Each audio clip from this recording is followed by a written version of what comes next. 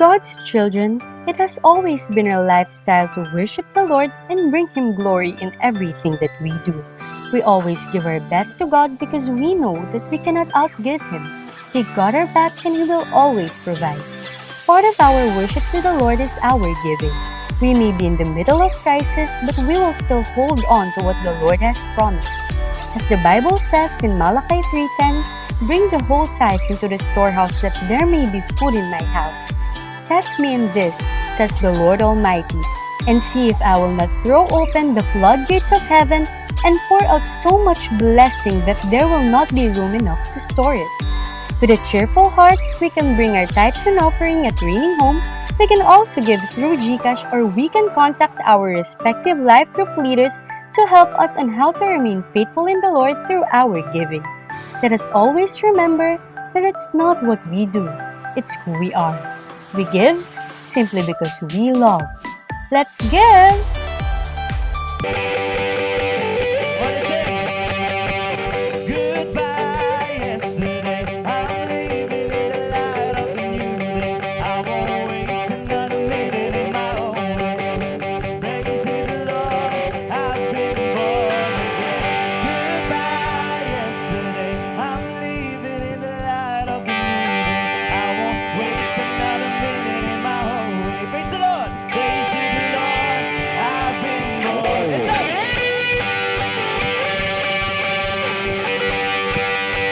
I've been born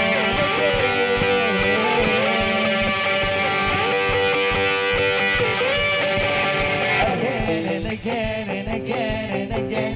You rescued me out of the mess I was in. You traded my sorrow for something to sing. Now I'm dancing on the grave that I once lived in. Goodbye yesterday. I'm living in the light of the new day. I won't waste another minute in my own ways. Praising the Lord, I've been born again. Goodbye yesterday. The Spirit of the Lord is upon me. I got resurrection in my veins. Praising the Lord, I've been born again. I've been born again.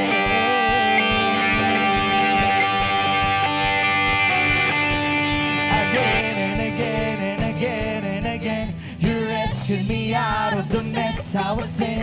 You traded my sorrow for something to sing. Now I'm dancing on the rain. Again and again. Again and again and again and again. You rescued me out of the mess I was in. You traded my sorrow for something to sing. Now I'm dancing on the grave that I once lived.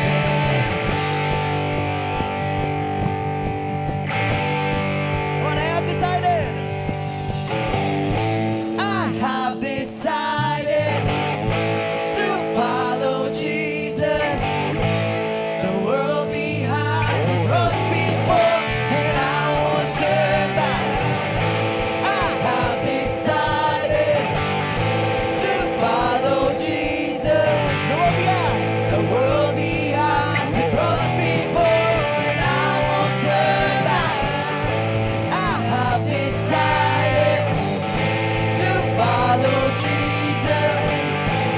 The world behind, the cross before, and I won't turn back. I have decided to follow Jesus. The world behind, the cross before, and I won't turn back. And I won't turn back. Yeah, I won't turn back. The world behind, the cross before, and I won't turn back. Yeah, I won't turn back. Yeah, I won't turn back. The world behind, the cross before, and I won't turn back. You rescued me out of the mess I was in. You traded my sorrow for something to sing. Now I'm dancing on the grave that I once lived in. Again and again and again and again. You rescued me out of the mess I was in. You traded my sorrow for something to sing. Now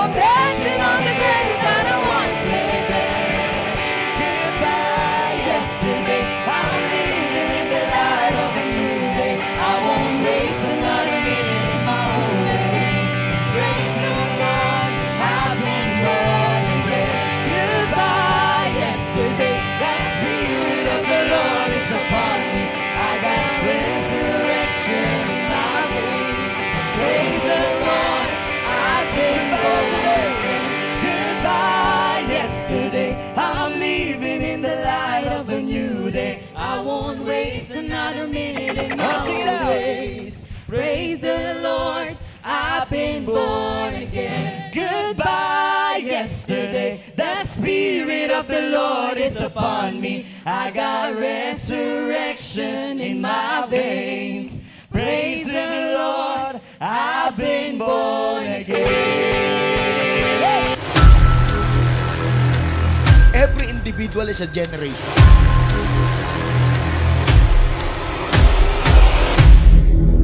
Basta sinabi ni Lord, mga kasama, sa'yo na yon.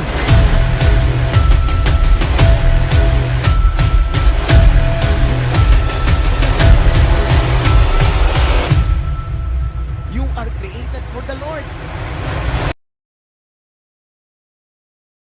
I just want to remind each and every one of us in this place, do not give the enemy or the devil a foothold.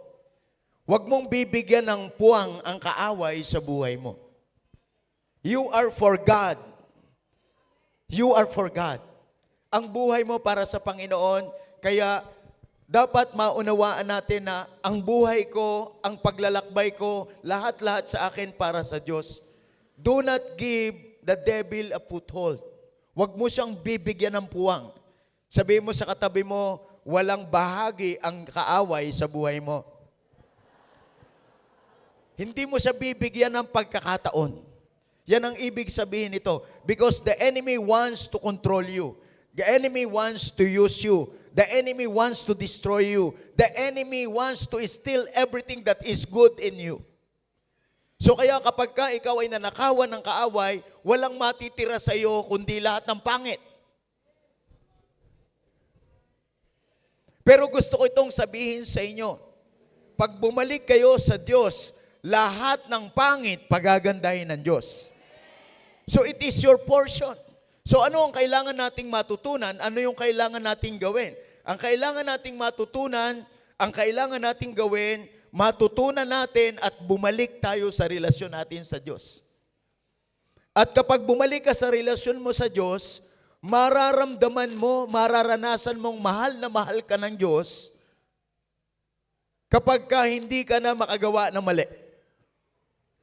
Sabihin mo sa katabi mo kapag hindi ka na nag-i-enjoy. So your life is for God.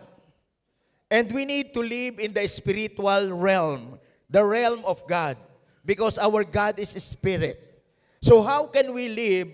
How can we go to the realm of God? It is only by faith. So that's why we need to understand that our life here on earth is a journey. So ibig sabihin ng journey, merong simula at merong kasalukuyan at merong pupuntahan. So yan po yung ibig sabihin ng journey. May simula, may kasalukuyan, at merong pupuntahan. So that is journey is all about. But you need to be aware, first, maging aware kayo doon sa inyong sitwasyon, doon sa inyong kondisyon. Maging aware kayo dyan. Maging aware din kayo sa inyong pupuntahan, sa inyong direction, sa inyong destination. Maging aware kayo dyan because our life here on earth is a journey.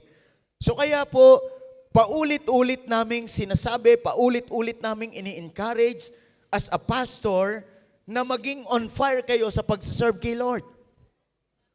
Because your life is for God. You belong to God. Because He loves you. So sa lahat po ng mga first-timers na andito ngayon, congratulations po sa inyo because you are in a right place. And you are in your perfect timing with God. Pwede po bang pakikaway-kaway ng lahat ng mga first-timers in the house? Congratulations sa lahat ng mga first-timers. At lalo tigit, palakpakan natin yung mga nag-invite sa kanila. Yung the best clap, yung the best clap. Kasi sa susunod na mga panahon, mahal ninyo sa buhay ang nakaupo dyan. Aani tayo ng mga relasyon at ang una mong aanihing relasyon sa kapamilya mo. So today, I just want to give this message, living and walking by faith. Living and walking by faith. Because your life in the Lord is not stagnant. Hindi po one-time experience. It is a progressive one. Sabihin nyo nga po, progressive. So kaya po, dapat ang buhay natin, habang tayo nabubuhay, habang tayo'y naglalakbay sa pananampalataya. Hindi sa pagdududa, hindi sa takot, hindi sa pag-aalinlangan, kundi sa pamamagitan ng pananampalataya. Because if it is without faith, it is impossible to please God. So if you want to please God, your life must be in faith. Your walk must be in faith. Sino dito yung masayang-masaya kasi nandito ka ngayon? So if you are living and walking in the faith, your service to Him is on fire. Never na ma-expire. Pakisabi sa katabi, you are on fire. So that's why ito yung sinabi ng verse sa key text na pag-uusapan natin ngayon, 2 Corinthians 5:7, New King James Version, sabi po dito, for we walk by faith and not by sight. We walk by faith and not by sight. So faith is being sure of what we hope for. Faith is the thing that we cannot see in our mere eyes. But we can see it in the spiritual eyes. So the Word of God encourages us to walk by faith and not by sight. In the book of 2 Corinthians chapter 5 verse 7, NIV version says, for we live by faith and not by sight. So that's why I give this message to live and walk by faith, not by sight. Maraming mga tao nabubuhay sa paningin lang. How they live is according to what they see. Yung mga bagay na nakikita ng kanilang mga mata, yun yung nagpapahinto sa kanila upang wag sumunod sa Lord. Tandaan nyo, ang pinapalakpakan, hindi yung nagsisimula. Ang pinapalakpakan, hindi yung naglalakbay. Ang pinapalakpakan, yung nakatapos. Yung nakarating. So I encourage everyone, maybe you are starting your relationship with God, but I tell you, that is not the end. This is just a beginning. So the result of your relationship with God must be serving Him. Your relationship with God must obey Him. Sabihin mo sa katabi mo, maglilingkod at susunod. Si St. Paul, ang context nito, binabanggit ni St. Paul, Paul talks about what life we have at the present and what is ahead of this life. So, yun yung sinasabi niya dito na yung buhay na pasimula sa Panginoon, yung buhay na paglalakbay, at yung buhay na darating. It talks about death. It talks about resurrection. It talks about your eternity, not just the temporary thing. Kaya, mahalaga na ang buhay natin, mga kasama, ay merong malalim na pinaghuhugutan. Kasi nagsisimula pa lang tayo. Pakisabi sa katabi, nagsisimula pa lang. So, tatandaan mo, i-evaluate mo palagi ang iyong buhay. Tandaan nyo, ang Panginoon, ang gusto niya relasyon. Ayaw niya ng reliyon. Ang sabi ni Jesus, if you love me, you will obey what I command. Kung mahal mo ang Panginoon, magsaserve tayo sa Kanya. Kasi hindi yung panahong tinanggap mo ang Panginoon, okay ka na. Alam nyo, maraming mga tao tumanggap sa Panginoon, pero hindi nagsaserve sa Panginoon. Kaya nagkakaroon ng problema. Kaya nagkakaroon ng pagkalito, pagkatakot, kasi maraming bagay na kaniyang pinag-aalala. Gusto kong maintindihan nyo mabuti, ang inyong takot, ang inyong pag-aalala, mawawala lang yan pag may tiwala ka sa Diyos. Kaya nga ang kaaway, pinipilit ka niya na bulagin na wala kang makita. Kaya nga may sinabi sa verse, in the book of John chapter 3 verse 3, unless a man be born again, he cannot see the kingdom of God. So being born again is just a first requirement of your living with God. Being born again is just a first requirement in your walking with God. Magkaiba yung religious mindset kaysa doon sa nabubuhay sa Panginoon at lumalakad na kasama ang Panginoon. Come on with me. Hindi porke tinanggap mo ang Panginoon, nagpabaptize ka, magiging okay ka na. You need to work out your own salvation. Your own salvation. Your own salvation. Take it as your own. Because somebody will take it away. None other than the enemy. Ang gustong agawin sa iyo ng Panginoon, yung iyong tiwala, yung iyong paningin, yung iyong focus sa Panginoon. Yan ang gusto niyang wasakin. Yan ang gusto niyang sirain. Kaya mahalaga talaga na sa ginagawa natin ngayon, hindi ka lang focus dito sa buhay mo, sa paglalakbay mo, kundi focus ka rin sa pupuntahan mo. Kahit na anong makita mo, kahit na anong maramdaman mo, ang mahalaga, tatapusin mo. You are not just an starter, you are a finisher. Yan po yung maganda. Ano man ang sabihin ng tao, ano man ang maramdaman mo, ano man ang maisip mo, hindi mahalaga ang mga bagay na yon. Ang gusto ng Panginoon, bumalik tayo sa Kanya. So that's why, as you live by faith and not by sight. Yung mga bagay na kung anong sinabi ng Panginoon, yun ang panghahawakan natin. We need to walk by faith and not by sight. Sapagkat lahat ng bagay na ito, habang tayo ay nabubuhay, habang tayo ay sumusunod, may mga nire-reveal sa atin si Lord. Constantly. Pakisabi, constantly. So, sino dito yung excited ka? As you receive the Lord, you will live for Him, you will walk for Him by faith. Because if you live for Him, if you walk for Him, God will reveal Himself to you. So, hindi porke ikaw ay tumanggap na sa Panginoon, tagalangit ka na. You need to work it out. Work out your own salvation. Kasi marami tayong nakasanayan sa mundong ito na hindi ka basta-basta pababayaan na makasunod sa Diyos. Maraming sitwasyon. Tandaan niyo po, kaya maraming mga giant problem, kaya may mga giant situations in life because you are going to enter into your promised land. Sino dito excited ka na makakapasok ka na sa pinangako ng Diyos sa iyong buhay? But you must understand, if you want to enter into the promised land, there are giants in your life. But do not cry about the giants. Do not fear about the giants. Come on! Sino dito yung kung kailan ka sumunod sa Panginoon, nakita mo, naramdaman mo yung mga problema, taas ang kamay.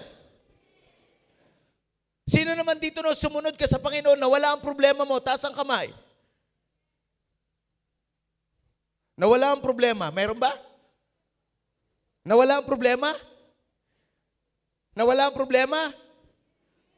Meron! Ang taong walang problema, hindi normal. May problema, may mga higanting sitwasyon, may mga higanting problema, pero ang nakapokus ka doon sa promise ni Lord. Because God has a promise to us. He will never leave us nor forsake us.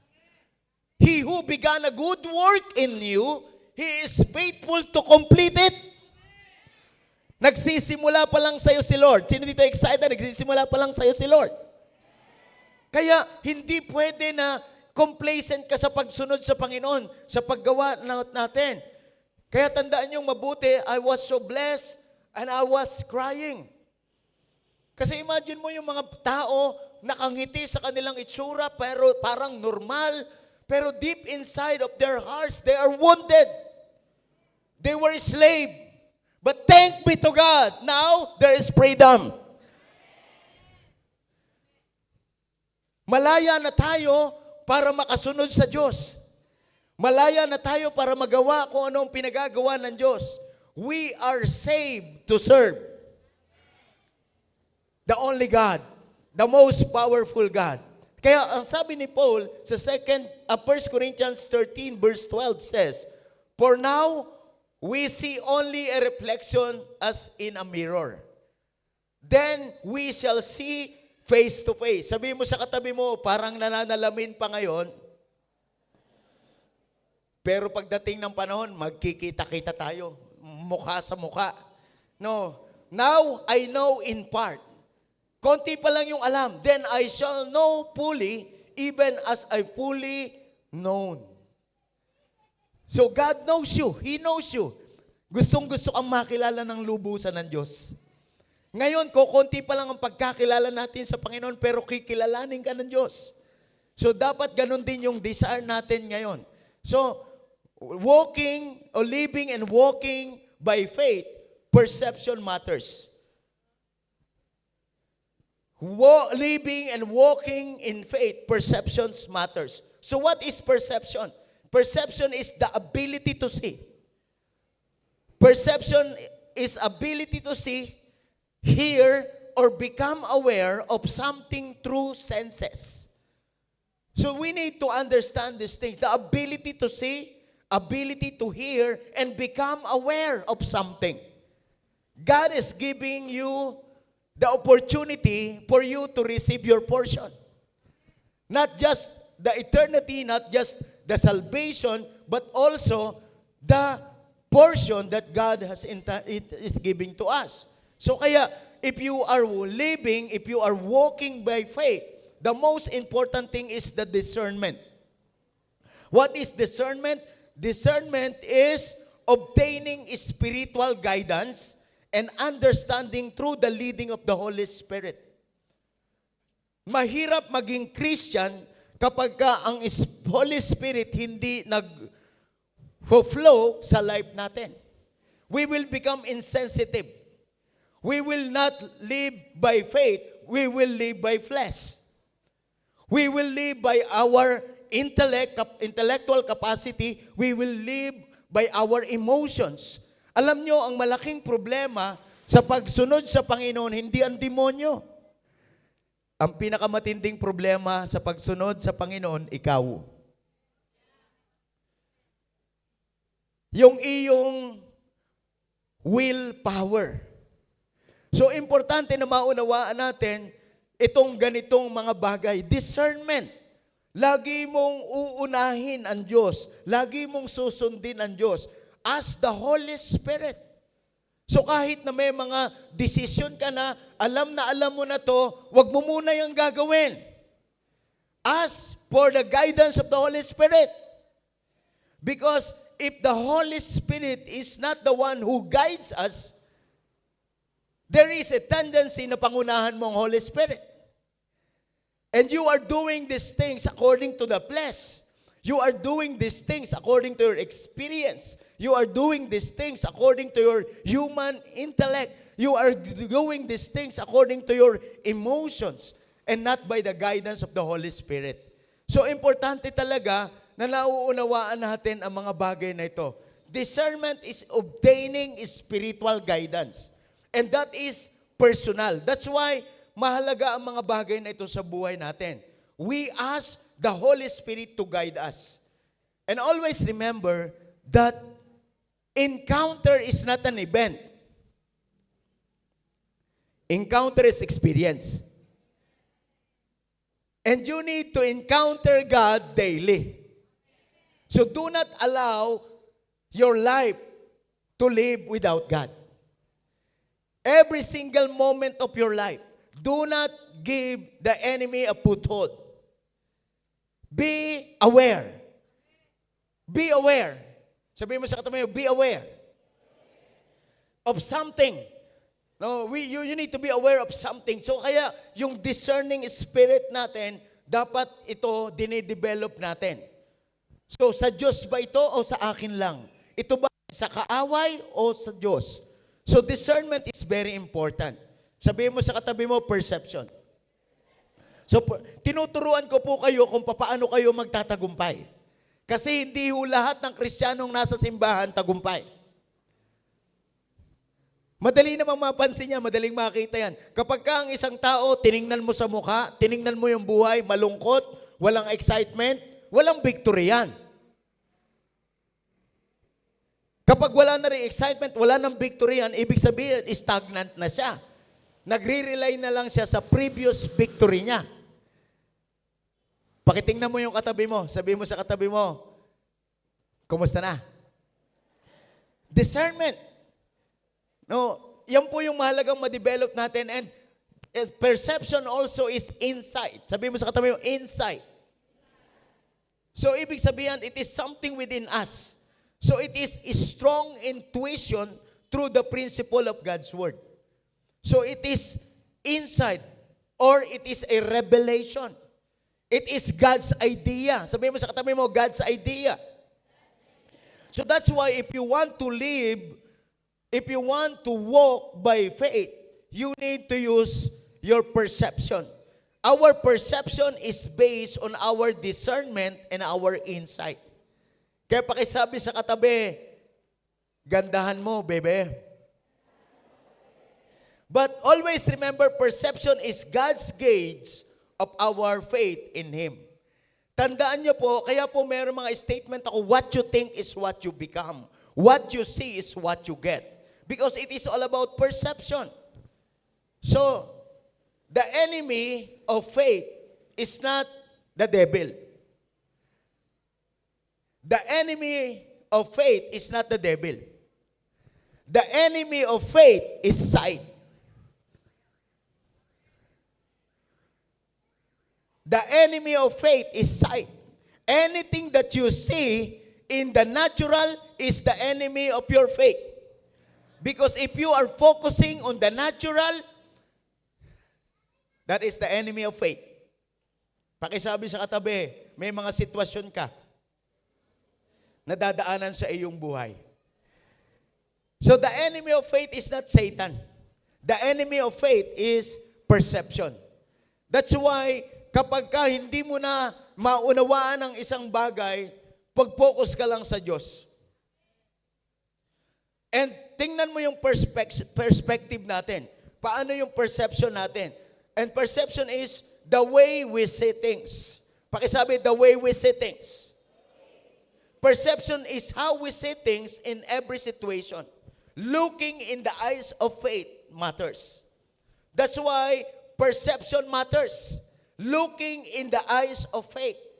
Number one thing is how you see yourself.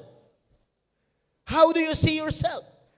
Sa mga sitwasyon na pinagdadaanan mo, sa mga problemang kinakaharap mo, how do you see yourself? The most important thing in your life is your image. And your image is not your own image. Your image is God's image within you. So that's why no matter what people says, no matter what people thinks about me, it doesn't matter anymore. The most important thing is how do you see yourself? When you look at the mirror, tandaan mo, papaano mo tinitingnan ang sarili mo? Ay yun din ang paraan kung papaano ka titingnan ng iba. Kaya maraming mga tao hindi nila kilala kung ano sila, kaya kung saan sila ma-identify, kung saan sila didikit, kung saan sila tatanggapin, kung saan sila pumupunta o papad pa rin kasi hindi nila alam kung sino sila. Kaya pakisabi sa katabi, how do you see yourself? You are created in the image and likeness of God. You are fearfully, wonderfully made by God. So pakisabi, you are perfect in the sight of God. So, ibig sabihin dyan, walang pwedeng ibawas sa'yo, walang pwedeng idagdag sa'yo, ikaw ay ikaw na nga. Sino masaya na nandito ka ngayon? So, if you want to live by faith, if you want to walk by faith, perception matters. How do you look at yourself? So napakahalaga nito mga kasama kasi kung paano mo tinatanggap ang sarili mo, kung paano mo pinipresent ang sarili mo, ganun ka rin tatanggapin ng mga kasama mo. Do not be a people pleaser. Be a God pleaser. Be a person with the audience of one. Kahit na anong sinasabi ng mga tao, kahit na anong masarap sa kanila, kahit na anong gusto nila, kahit na pagtawanan nila ako, hindi na mahalaga yon. Ang mahalaga, tanggap ako ni Lord. At ang mahalaga, tanggap ko kung sino ako. Walang ibang tatanggap niya kundi ikaw. Bago ka tanggapin ng ibang tao, tanggapin mo muna ang sarili mo. You are fearfully made by God. And you are loved by God. No, kaya ikaw yan. Pakisabi sa katabi mo, ikaw yan. In the face of troubles and difficulties in life, how do you look at yourself? Hindi madali ang mabuhay sa mundong ito kasi ang mundong ito ay malupit. Ang mundong ito punong-puno ng kahirapan. Pero gusto kong sabihin sa iyo, mga kasama, mga kaibigan, mga kapatid ko sa Panginoon, kung paano mo tinitingnan ang sarili mo, yan ang mag-a-attract sa iyo. Pag tiningnan mong busabos ka, pag tiningnan mong kawawa ka, pag tiningnan mong may katapat kang halaga, ganyan ka ituturing ng iba. Kaya gusto ko kayong paalalahanan, you are priceless. You are precious. And you are wonderful. You are amazing. You are beautiful. It is who you are. And the most important thing, God loves you so much. Kahit na hindi ka mahalin ng kahit na ganito yung mga dialogue, bakit hindi ako mahal ng mahal ko? It doesn't matter anymore. Hindi ka kasi tumatanggap, hindi ka yung after sa validation ng tao o sa acceptance ng tao. Ang importante, tanggap ka ni Lord. Di baling hindi mo ako mahal, ang mahalaga, mahal ko si Lord. At kung bakit hindi mo ako mahal, nasa sayo na yon. Kaya huwag mong ipagpipilitan ang sarili mo sa taong hindi ka mahal. Huwag mo ipagpipilitan ang sarili mo sa taong wala kang kwenta. At ito pa ang isang paalala ko sa inyo, huwag na huwag ninyong gagawing walang kwenta ang pagkatao ninyo. Mahalaga ka. Kahit na anong pagkakamali mo, kaya kang patawarin ng Panginoon. Kaya lang gusto ko kayong paalalahanan, kayong nilinis na ng Panginoon, huwag kayong mabuhay sa karumihan. Hindi tayo para sa mundong ito. Kahit na masarap yan, maganda yan sa paningin ng tao, sa sinasabi ng tao, ang mahalaga, paano mo tinitingnan ang sarili mo. So what I'm trying to say to you today is this. You need to look at yourself. You are not perfect, but you are forgiven. You are rejected by the world, but you are accepted by Christ. So that's why do not live in sin. Live by faith and not by sight.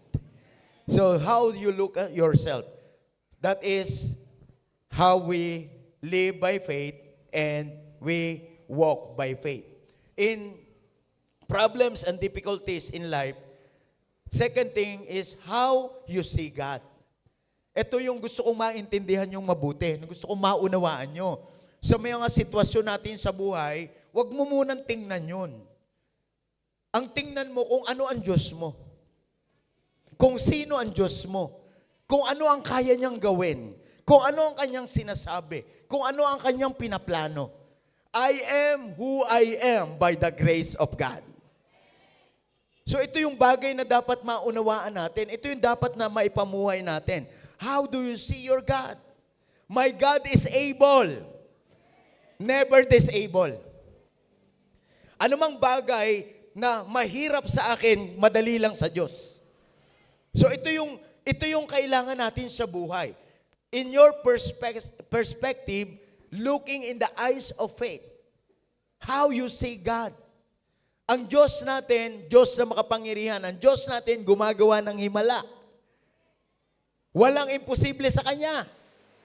Siya ang bumubuhay ng mga patay.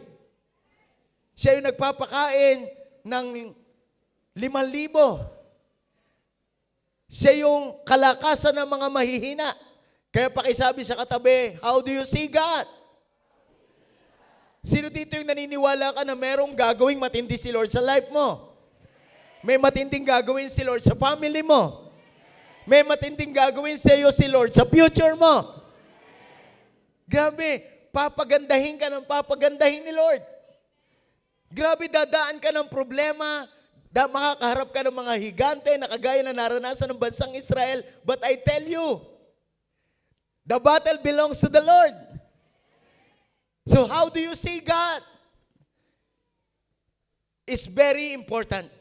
Yes, may problema ako, may pinagdadaanan ako, pero matindi ang Diyos ko. Ang Diyos ko mas matindi kaysa problema ko. Ang Diyos ko mas matindi sa sitwasyon ko. I want you to stir up your faith, to trust God more than yourself, more than your situation, more than your condition, more than what you feel, more than what you think. Trust God. So may mga bagay sa buhay natin na kinakaharap tayo, but I want you to see how God works in your life. Maging excited ka dyan. May problema, may mga malalaking sitwasyon, pero maging excited ka. Pakisabi sa katabi, maging excited ka. Sino dito yung excited ka? You live by faith and not by sight. You walk by faith and not by sight. The most important thing is how you see God. Ang pagsunod sa Panginoon, hindi madali. Ang paggawa ng tama, hindi madali. Pero how do you look at your God? Matters. Third thing is how you see God in every situation. How you see God in every situation. Always focus on God.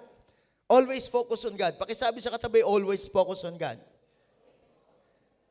No, not the enemy. Focus on God, not on the enemy. Not on the situation, not on the problem. Focus on God.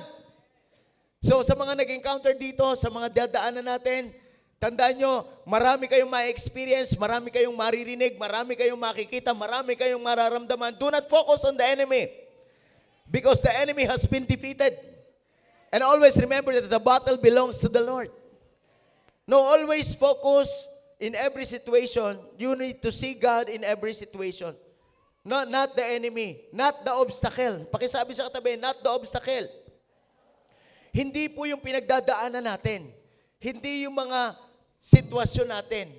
Tandaan niyong mabuti, kung ikaw ay malakas, kung ikaw ay matatag, makakarating ka sa pupuntahan mo. So focus not on every situation, but focus on your future. Sabi mo sa katabi, focus on your future. Sabi ng Jeremiah, 29:11, ang ganda ng verse na to, sabi niya, I have a plan for you, not to harm you, but to bless you, to give you hope and a future. Kaya pakisabi sa katabi, you have a future. So walang tao na walang plano ang Diyos. Ang pinakamaganda doon, makasunod tayo at makabalik tayo sa Panginoon. Faith determines by your perception. Faith determined by your perception. So ano ang kailangan nating matutunan? Ano ang kailangan nating gawin? 2 Corinthians chapter 4 verse 18 NIV, sabi doon, so we fix our eyes not on what we sin, what is sin, but on what is unseen. Since what is sin is temporary, but what is unseen is eternal. Sino dito yung excited ka na kung gusto mo palang magtagumpay sa buhay mo, fix your eyes not on what is sin, but fix your eyes on not what is sin. And that is all about faith. Always remember, sabi ni Rick Warren, ganito yung sabi niya, I just want to quote this, when our attitude outdistance our abilities, even the impossible becomes possible. Mga kasama, mga kapatid ko sa Panginoon, hindi ko alam kung ano ang mga pagdadaanan mo sa pagsunod mo sa Panginoon. But the most important thing, makatulong ito sa inyo, your attitude. Always give thanks to God. Always praise His name. Live by faith, walk by faith, and not by sight. Looking in the eyes of faith will lead us in living and walking in the faith. My dear brothers and sisters in Christ, this is your decision is all about. Ikaw mismo ang gagawa nito. Ikaw talaga ang kikilos nito. Walang proxy dyan. Tandaan nyo mabuti, ito yung bagay sa buhay natin na ikaw lang ang gagawa. That the word of the Lord encourages us to live by faith and not by sight. To walk by faith and not by sight.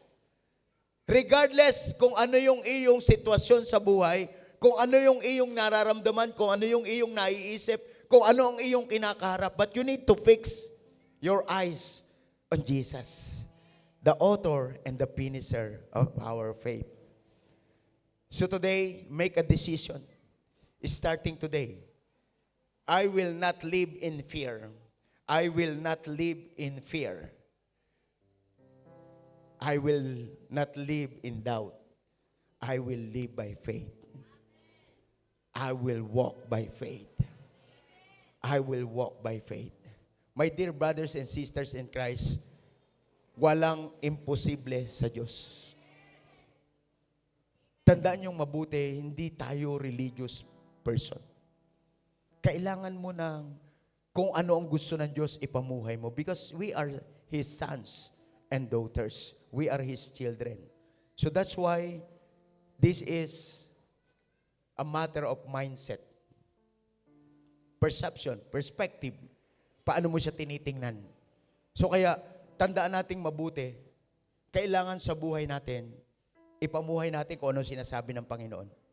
Huwag yung narinig mo lang tapos lalampas sa kabila. Huwag kang a-attend dito na walang i-apply. Walang effect yun. Wala pong nagpa-check up, tapos nagpagamot, niresetahan ng doktor, bumili ng gamot, tapos hindi ininom ang gamot, hindi yun nangangahulugan na hindi magaling ang doktor. Kaya ito yung paalala ko sa bawat isa sa atin ngayon. Hindi mahalaga yung ikaw ay naka-attend ngayon. Lamang. Ang mahalaga yung meron kang makuha, meron kang i-apply sa buhay mo para merong resulta. That's how we live by faith. That's how we walk by faith. And that is every day. Mahirap yung buhay mo na nasa church kapag Sunday, pero pagka everyday, wala ka. Hindi mo ginagawa kung anong pinagagawa ng Diyos. Kung anong ginagawa ng mundo, yun din ang ginagawa mo. Walang joy sa ganyan. That is duality. That is religiosity. That is deceiving yourself. That is deceiving God. Do not give the enemy a foothold. You are for God. You belong to God. So that's why I want to pray for you. Today, God is giving us a chance to live for Him, to walk with Him. Living for Jesus is like inhaling and exhaling new things. Exhale all things in your life. Your past success, your mistakes, your failures, exhale it. And inhale new things that comes from the Lord. So, this is life is all about. It's all about inhaling. It's all about exhaling things. Habang tayo ay humihinga, may bagong buhay. Huwag kang papayag na sa paghinga mo, yung paring luma ang malalanghap mo. Binibigyan tayo ng Diyos ng pagkakataon ngayon na magkaroon ka ng joy sa buhay mo. Magkaroon ka ng expectation sa buhay mo na merong matinding gagawin ng Panginoon. Depart from service and welcome to worship. It is possible that you are active. You are preparing everything. Kaya ini-encourage ko lahat. Hindi lang ito sa bago. Hindi lang ito sa dati. Maging nasa ministry. Baka pag nasa ministry tayo, ang iniintindi na lang natin, yung mga bagay na inaasikaso mo, no. Huwag mong pabayaan ang presence ni Lord. Live by faith. Walk by faith. Do everything in faith. Huwag mong pabayaan ang relasyon mo sa Panginoon. Kaya sa bawat isa sa atin na nandito ngayon, ini-encourage ko kayo na magkaroon kayo ng kagalakan sa puso ninyo. Magkakaroon ka ng kagalakan sa puso mo pag may presence ka ni Lord. Mag-expect ka, Lord, you will do amazing things in my life. You will do amazing things in my family. You will do amazing things in my future. Come on, bigyan mo ng the best clap si Lord.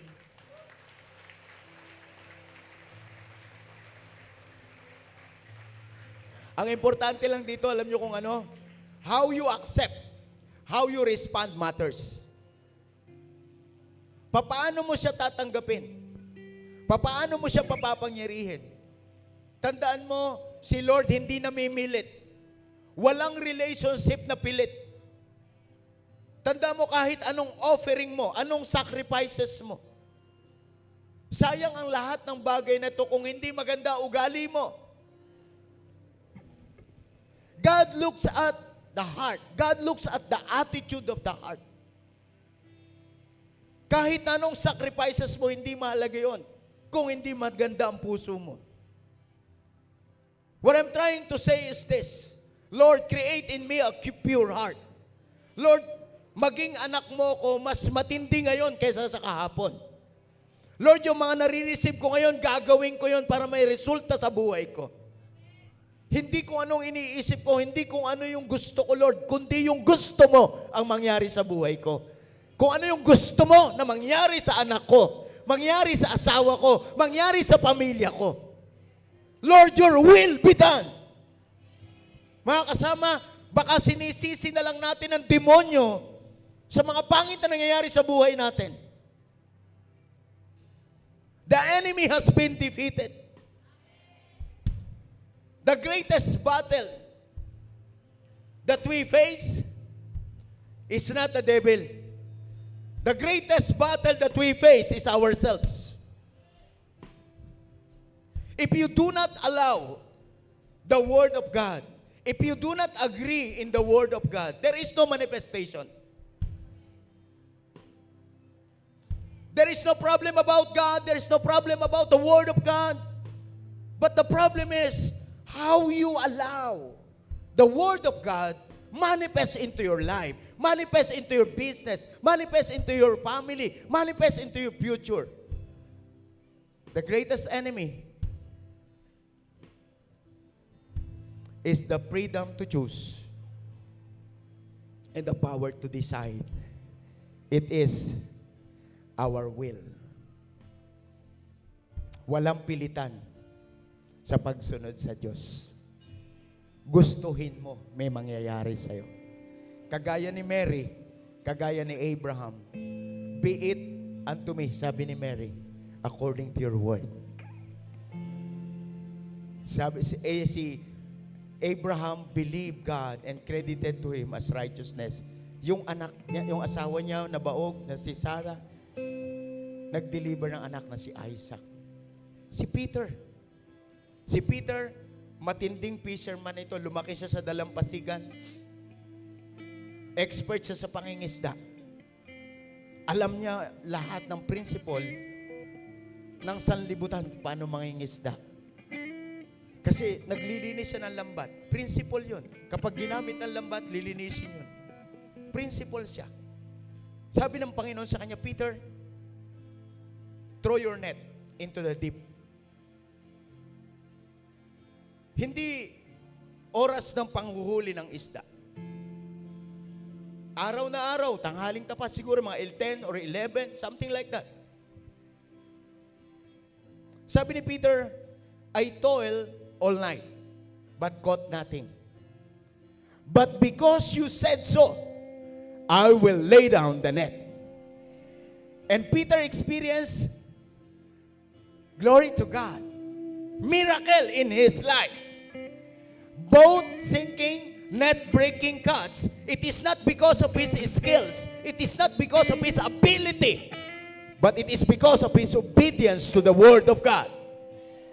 So my prayer to you, my brothers and sisters in Christ, let the Word of God manifest into your life today. Regardless of your situation, regardless of your condition, there is available miracle for you. May milagro sa iyo, paniwalaan mo lang. Tanggapin mo lang. Live by faith. Walk by faith and not by sight. God will turn your situation today if you are willing. Today, I just want to pray to those who believe, to those who want to live, to those who want to walk in the faith. I encourage everyone, huwag kang tatayo kung hindi ka naniniwala. But to those who believe that God will do amazing things in your life, stand in your faith with boldness. Be it unto me, Lord, according to your word. Huwag mong gagawin na walang pananampalataya. Huwag kang gagaya lang na nakikitayo. God prepared a miracle for you today. You will experience His miracle. And I tell you, next Sunday, ikaw ang pinakamasaya. Ikaw ang pinakamatinding may kagalakan sa puso mo. If you believe, just raise up your hands right now. Raise up your hands in faith. Yes. I saw the Lord. Yes. And He answered. I saw the Lord. Believe God. And He heard. And He answered. I saw the Lord. And He heard. And He answered. That's why I trust Him. That's why I trust Him. I saw the Lord. And He heard. And He answered. I saw the Lord. And He heard. And He answered. I saw the Lord. Increase your faith. Increase your faith, Lord. That's why I trust Him. That's why I trust Him. I saw the Lord, and He heard, and He answered. I saw the Lord, and He heard, and He answered. I saw the Lord, and He heard, and He answered. That's why I trust Him. That's why I trust in God, my Savior, the one who will never fail. He will never fail. I trust the Lord. I trust in God, my Savior, the one who will never fail. Worship Him. Worship the King. Worship the Lord. Worship your faith. Worship Him. I saw the Lord, I saw the Lord, and He heard, and He answered. I saw the Lord, and He heard, and He answered. I saw the Lord, and He heard, and He answered. That's why I trust Him. That's why I trust Him. I saw the Lord, and He heard, and He answered. I saw the Lord, and He heard, and He answered. I saw the Lord, and He heard, and He answered. That's why I trust Him. I saw the Lord, I saw the Lord, and He heard, and He answered. I saw the Lord, and He heard, and He answered. I saw the Lord, and He heard, and He answered. That's why I trust Him. That's why I trust in God, my Savior, the one who will never fail. He will never fail. I trust in God, my Savior, the one who will never fail. He will never fail. God accepts the worship of those who are honest.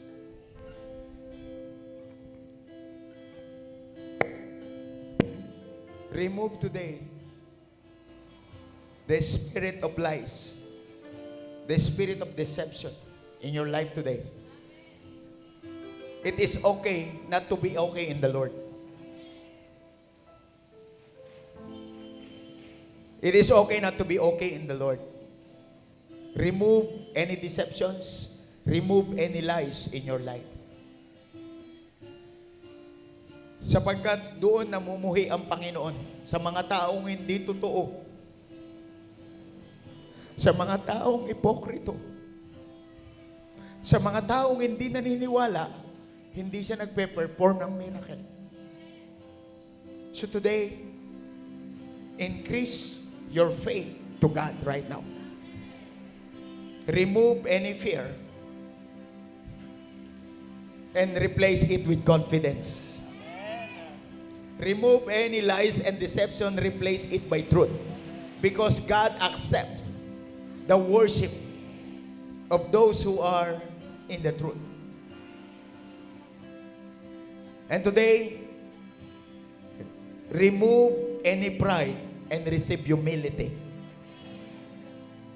Tanggapin natin yung kababaan sa Panginoon ngayon na kilalanin natin siya na kung wala siya, wala tayong magagawa.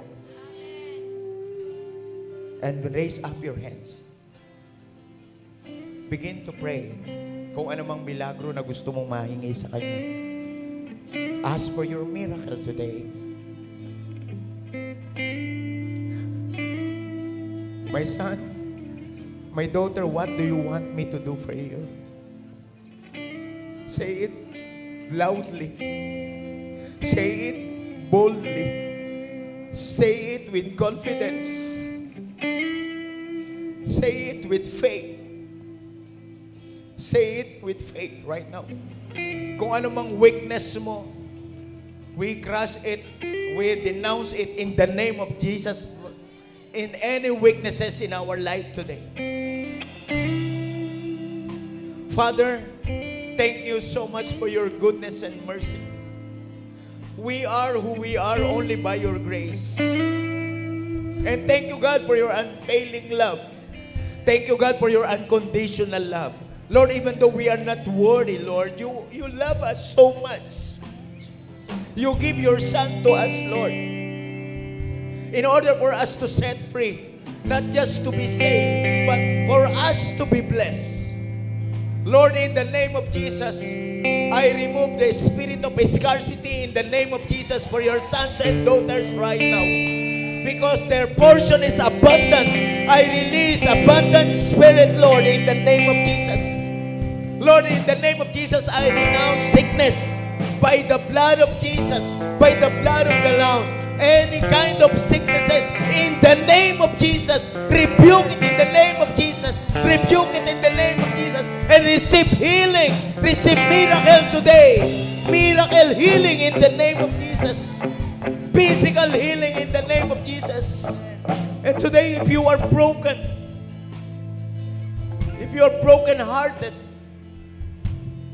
downcasted in spirit, today, receive the restoration. Receive the restoration. Receive the strength. Receive the joy that comes from the Lord.